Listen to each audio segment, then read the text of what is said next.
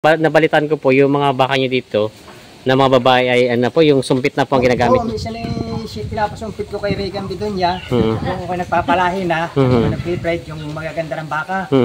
Mas magandang kitaan yung magagandang baka. Ang baka, yung inahin po ang galing agad sila, tapos ito na po yung panak nyo na rin dito. Quality naman, tinan yung katawan. Ito tayo gagamiting materialis ni Sir. Hanggang ilang anakan po ba ang kaya ng isang babaeng baka? Kaya po hanggang 10. 10 kaya niya, hanggang 10 siya. Laki. Quality. 2 taon. 2 taon pa lang. Ilang taon po ba pwede i-stock yung similya ng mga ganito mga baka yung kinuha niya sa sumpit? Sa ano nga tawag na? Sumpit nga ba tawag na doon? Hanggang porsyento niya ang pwedeng mabuntis yung baka niya na kumbaga ilang percent na kasi minsan 'di ba nasa blade din minsan yung ganyan katulad din sa mga ganador na ganito. Sa amin naman po mga nasa mga 80 to 90% po. Talong TV. Dali tayo sa Rosario, nag-iikot tayo sa kagubatan ng sa Rosario. Dito pala puro kapatagan, marami dito talagang mga hayop-hayop, utek. Ow! Utek. Sumanandaan parang kalabang. Ay po, sandulas. Tandaan pagkadulas.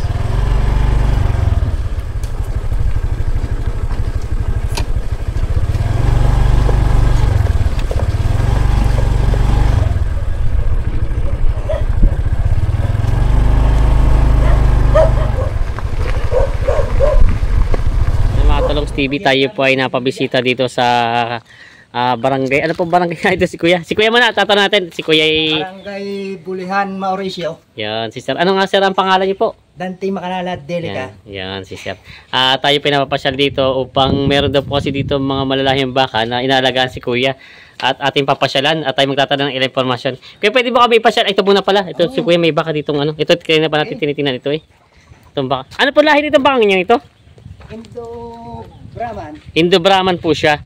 Na may parang kung nabanggit niyo po meron na siyang ano na kastahan na po. Ano po ito yung sumpit po siya? Sumpit na red gear. Ano pong lahi? Gear. Red gear. Yan, ito po. Ito po ito yung iaanak na. Tapos meron po si Kuya doon ng mga baka dito sa loob. Kaya si Kuya, sasamahan tayo dito. Ito marami si Kuya dito. Si Kuya pala nagbe-breed ng mga baka dito. Oo. Yan o. Tignan natin yung mga baka ni Kuya. Ano pong tawag doon? Red gear? Oo, red gear. Red gear ang tawag dito. Sumpit ko yun. Kay Regan Bidonya. Kay Sir Regan Bidonya. Ito yung kanyang nagan dito. Ito po yung mga baka. Ilan po itong mga baka nyo dito mga babae? Ay lamang dalawang inahin. Tapos yung mga dumalaga. Ito po yung mga panak nyo yung mga dumalaga dito? Oo, lahat ipana ko yan. Oo. Pwede, ito po mga dumalaga. Ito po yung babae po ba ito? Lalaki. Palaki siya. No? Indo-Brahman din po ang laki niya. May laki ng Indo-Brazilian. Ito po. Crossbreed na rin siya. Oo. Sabihin po ito yung panak niyo dito. Bilhin niyo na rin siya. Paano ko na? Panak niyo rin po dito? Sir, matanong ko lang po. Ilang taon na po kayo nagbabaka? Ay, pamula pa lang ako sinilang ako nagbabaka na. Ang mga magulang niyo magbabaka na rin? Oo, magbabaka na. Dahil mana-mana ko sa tatay at inay ko. Lahat kami magkakapatid. Sadyang magbabaka na? Oo. Ayun po pala. Sir, ay siyempre, ito pong pagbabakang ganito, marami rin interesado, no? Gusto ko lalo na yung mga baguhan pa lang. Ba't pwede ko matanong paano po ba ang kitaan sa ganitong pagbabaka? Yan po yung pinapalaki ka po. 3 years old. Tapos po? Tapos pati yun na, ibibinta ko na. Ako sadyang pinapataba nyo rin po? Oo. Hindi po pala yung katulad dito, yung mga ganito bata pa binibenta. Gusto nyo talaga yung medyo gusto ko yung malaki na talaga. Ganito, yan naman ang aking gaganadurin. Gagamitin niyo po itong material sa itong isa to. Yun naman pala. Para may pa-breed ako. Ito po, may parang kayo nagbe-breeding din po. Paano naman po sa breeding naman siya?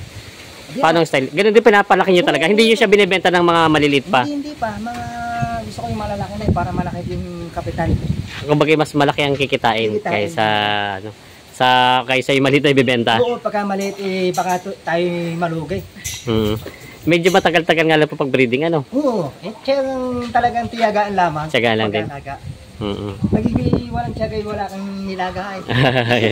Ayun ang maganda po. Ay sir, ito pa pala yung katulad dito pala. Katulad dito, parang nabalitan ko po yung mga baka nyo dito na mga babae ay ano po, yung sumpit na po ang ginagamit. Oo, minsan pinapasumpit ko kay Regan Bidonya, kung ako nagpapalahin na, nagpe-pride yung magaganda ng baka. At mas magandang kitaan yung magagandang baka, mabilis lumaki.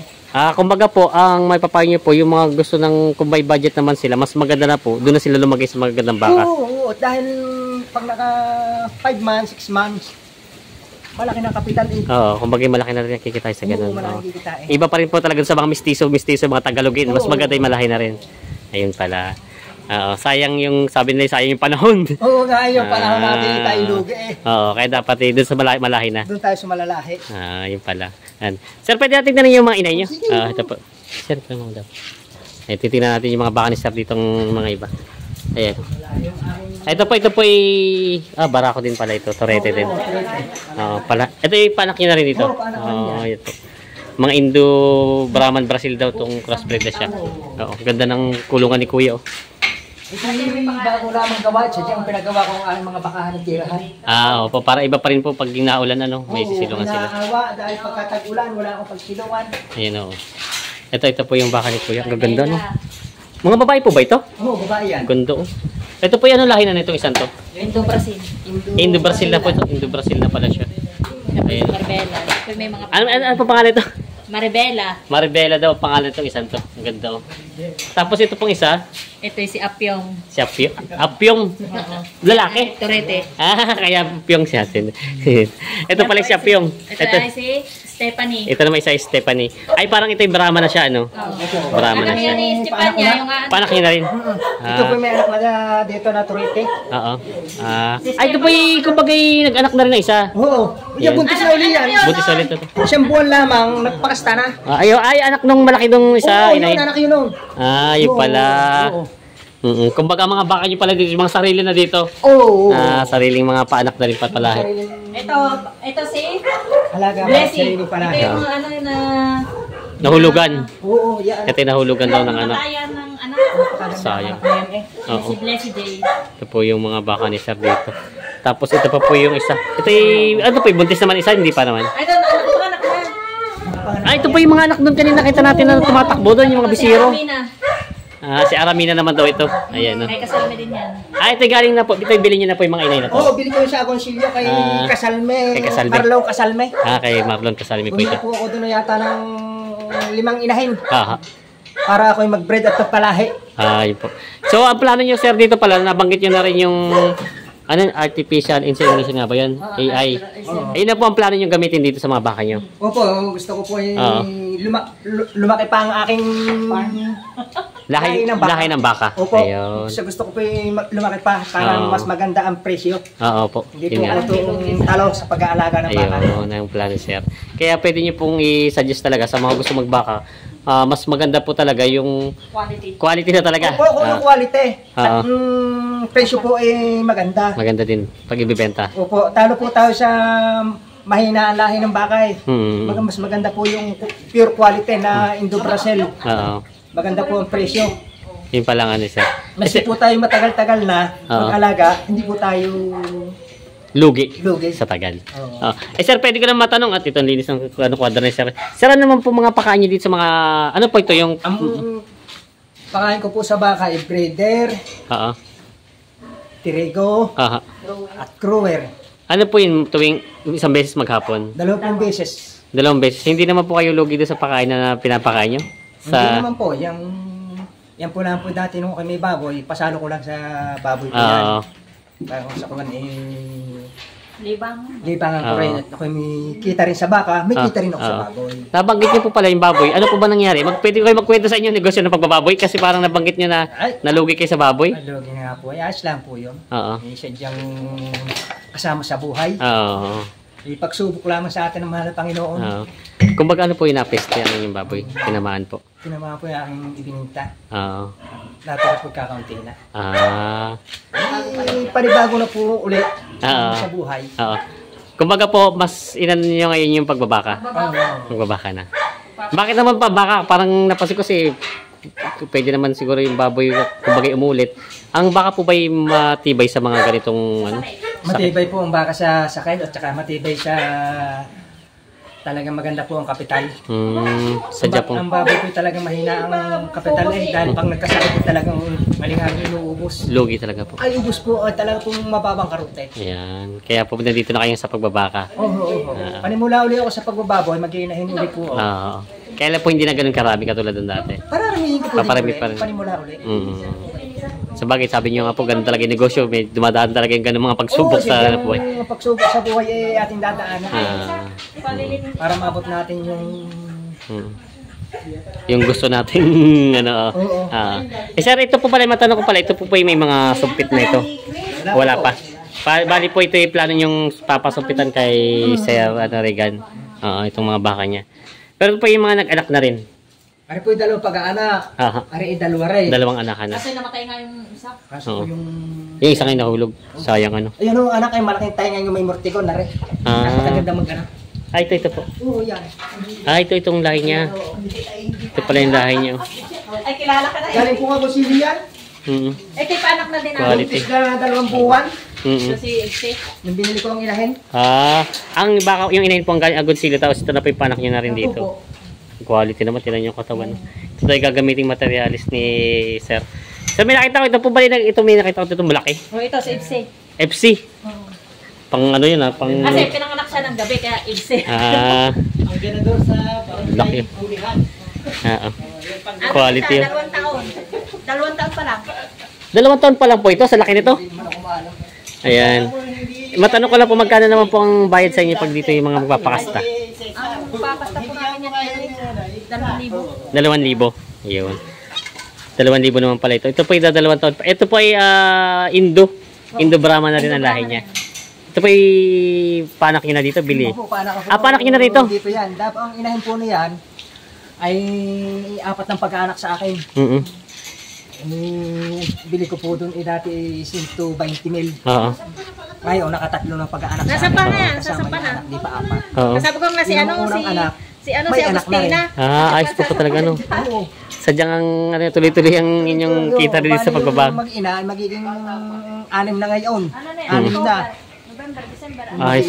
Oo. Pero sir, sa tagal yung magbabakat, ito po natatanong, may nag-message lang din sa atin. Hanggang ilang anakan po ba ang kaya ng isang babaeng baka? Kaya po hanggang 10. 10 kaya niya, hanggang 10 siya. 15. Yung pala Yung pwede. pagka po maedad na ang bakay na nahina ng pag-aanak. Ay hindi po, yung sa pool sa pagdudumalaga niya, kaya po ng 15. Kaya po rin. Kaya 15. Yun, pag sa dudumalaga. Kasi pag nabili mo ang inahin, siyempre may inanak na rin siya. Magbilang. Yun palang ano sir. Sir, ay matatanong ko pala. Ito ang tatanong ko, nalimutan ko sa iyo tanong sa pagkain ng baka nyo. Hindi kaya delikadong magmatsura ang baka sa pagpapakain nyo ng mga feeds? Hindi naman. Hindi naman siya nagmamatsura. Ang akin lang po pang nagbatsura na, di binibinta ko na po. Binibenta niya na. Ay talagang hindi na iwasan sa mga baka yung ganun. Binibinta ko na. Kung bagay ipapatabay nyo lang tapos ibenta na rin. Ayan, pala nga ni Sir. Parang si Sir ito. Meron.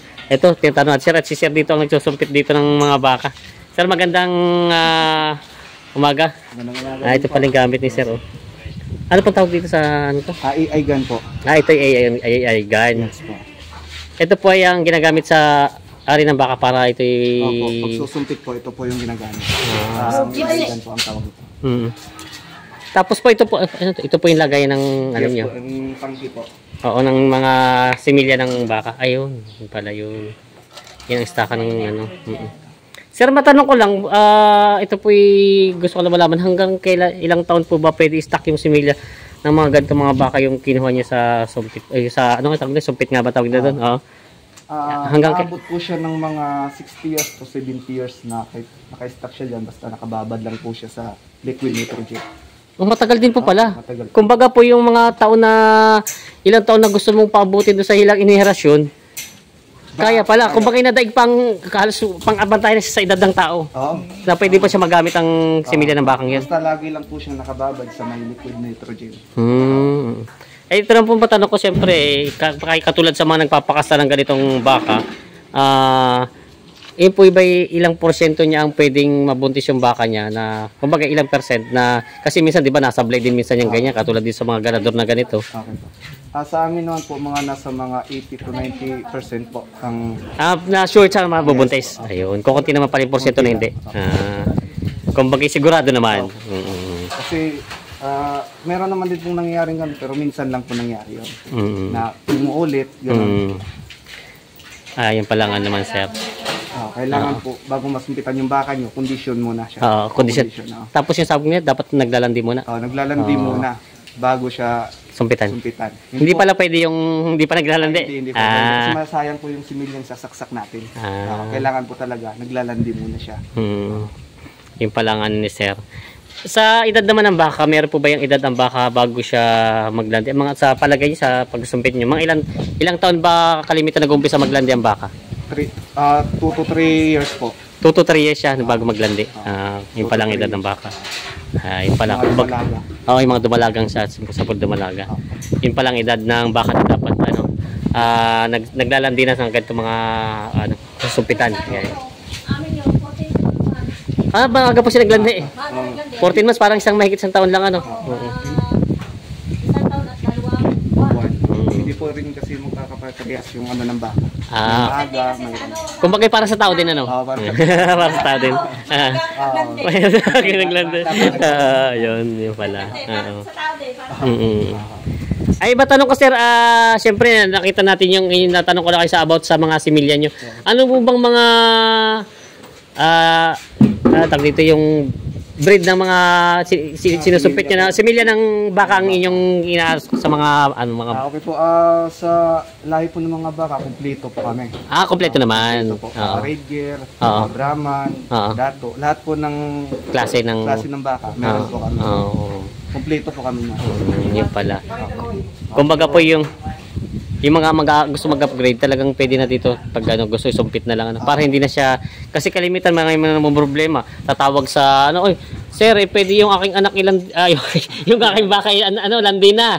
Syempre yung iba binabiyahe pag malalayo yung mga ganador. Di mas maganda po inyo tatanungin ko muna, tatawag ano bang klase ang gusto nila sa kanilang baka. Diretso na po yun. Kumbaga kahit po kayo na pong pupunta sa kanila para mag-service ng... ako na po mismo pupunta. Call lang, tawag lang, tapos text gano'n. Hanggang saan po bang area nyo na pwedeng punta? Dito po sa Batangas, buong Batangas po. Tapos sa Cavite, tapos dito po sa Quezon Province. At hindi lang po dito, may Batangas branch din po tayo. Ayun naman pala. Susupit din po ako makakasamaan doon. Yun po pala. Basta't maaabot. Basta abot daw po ng yun pala. Yun ang programa pala ng ganito mga AI, artificial insemination, to upgrade yung ating mga baka na kasi yung nabanggit ni sir, sabi niya sayang ang panahon. Kasi yung mga baka maliliit, ang tagal lumaki, lalo yung mga kalimitan talagang baka sa Pilipinas, yung mga native naman talaga eh. Ito naman yung mga upgrade na rin ito, yung mga nakikita natin to. Kaya yun pala sir sa ganun. Naman po, may local kami, may imported din. Meron din. Local. Depende sa presyo ang imported. Ay pwede ko na malaman kasi yun naman yung magtatanong ng iba. Siyempre pwede naman siguro expose yung presyo. Yun naman may malalaman din naman nila. Okay lang po ba? Okay lang. Magkano po ba yung sa imported na nyo? May imported po tayo, 5,000. May 7,000, may 13, may 15, may 17, may 30k po. Depende sa klase ng baka? Depende po yung sa klase. Sa yung local naman? Yung local natin, 2,500 po. 2,500. 2,500, yun naman pala. Kumbaga parang pakasta lang din sa... parang ganun lang. Kumbaga hindi sila maabala pumunta doon sa may-ari ng baka. Kasi hindi pala. Iba din kasi ng mga client gusto mura lang kasi nga yung budget nila hindi lang kaya. Pero ini malalaking lahi na rin naman malalaki naman din. Ayan. Sila sir at na-interview natin sir at nandito rin si sir. Ito po yung mga baka dito, yung katulad ng isa, ito may na rin tong isang to. Lalapit ako ulit, ito daw anak na. Ito may turok na ng Red Gear. Ito po. Ito daw ay mga ilang araw na lang, baka bukas daw ito umanak na. Makikita, babalikan natin to si sir dito at titingnan natin ang lahi ng Red Gear. Ayan. Ito pong bakang ito. Ayan, ito po yung nila dito. Sinubukan nila sumpit at ito yung mga anak na raw. Ito pa, titingnan natin pakain ni kuya dito. Ay, ito. Dito pa yung dadalhin doon? Oo, sa kalikawan. Ito pa yung ginagayak ni kuya.